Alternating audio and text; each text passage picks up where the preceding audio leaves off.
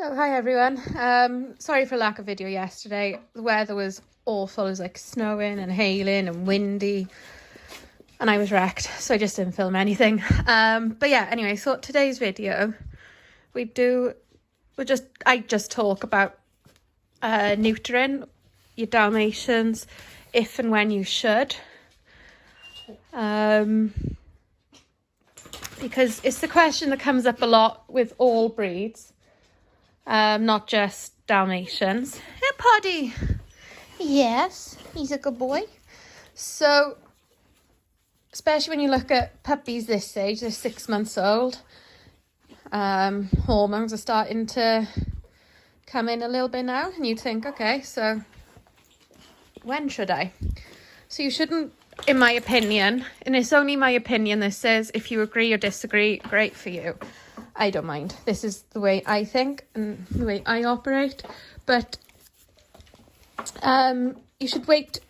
Jude, I don't want you on my lap right now. Until they are fully mature. So, and finish growing. Because I don't think you want to change the hormone balance when there's a lot going on with their growth. I just don't think it makes much sense for them.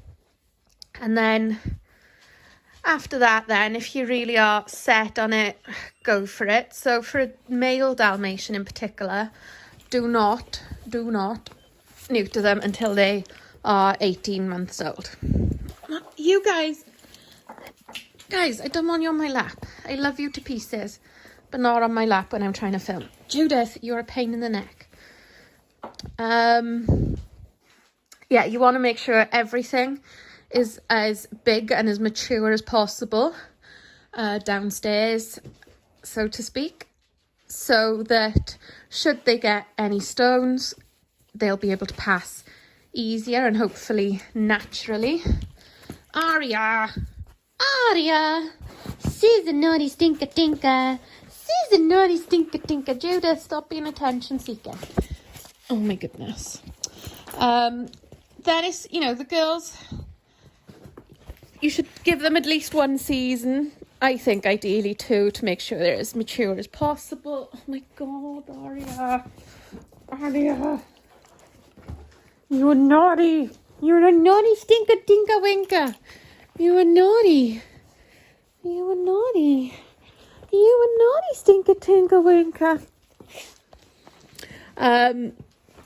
Yeah, so kind of less important there. So I've done a lot of research. By the way, by Judith's foot over there is a bit of brown fluff from a bed. It's not, you know what.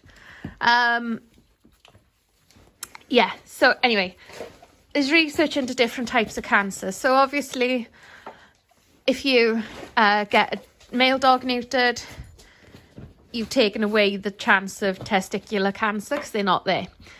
With every season a girl goes through, the chance of breast cancer goes up, but without the hormones, there's like 3 types of cancer. One's an osteo one, I think one's a pancreatic one, and there's another one. And I can't remember off the top of my head, but it's definitely research that there's a far higher instance of these cancers in neutered and spayed dogs. And the risk and the chance of mammary and testicular cancer is a lot less. So basically, if you can handle not spaying and neutering, do it. So out of the 7 dogs I've got, only 1 is neutered, and that's Dudley. And that wasn't for the risk of cancer or the reduced risk of cancer or anything like that, it wasn't really his behaviour either, because a lot of people have a bit of a reactive dog and then they neuter it thinking that that'll make them less reactive. But basically the issue with Dudley was he was very stressy with all the girls in season, and he wouldn't eat when they were in season. And when I just had Nala and she had 1 or 2 seasons a year, it wasn't so bad because he'd lose weight and he'd stress it off, but it had time in between to get it back on. Whereas the more girls I've added to the pack that have seasons, there was more and more time he wasn't or wouldn't eat. So that just wasn't working. And then he was like harassing Lily when she wasn't even in season and acting like she was in season and wasn't eating, but she wasn't even in season. And he was going to get hurt because Lily was obviously telling him off for being overzealous, shall we say. And then it just wasn't working. And it was so hard as well to keep him apart from the girls. Like, it was manageable because obviously I'm going to have to manage with Pod. But it was just everything. Like, he was never going to be able to breed with any of these girls anyway because he's not registered. Whereas all of them are. So, yeah, there was loads of things. And that was the reason I neutered Dudley. And you know what? He's a far happier, more relaxed dog because hormones definitely gave him more stress or more things to stress about. Whereas having no hormones now, he's gone back to how he was when he was like 10 months old. Which is just lovely. He's just playful, goofy, duds. He never has to be separated from us.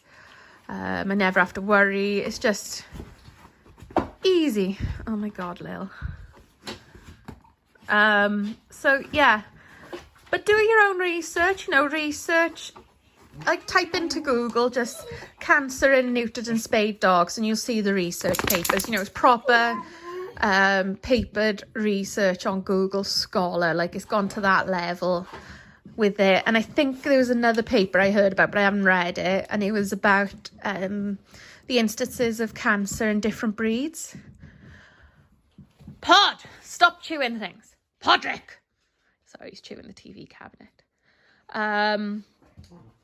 So, you might need to weigh up the risks. If your dog is in the top 10, your breed of dog is in the top 10 of getting cancer, then don't spay or neuter because you might be increasing that risk even more. Do you see what I mean?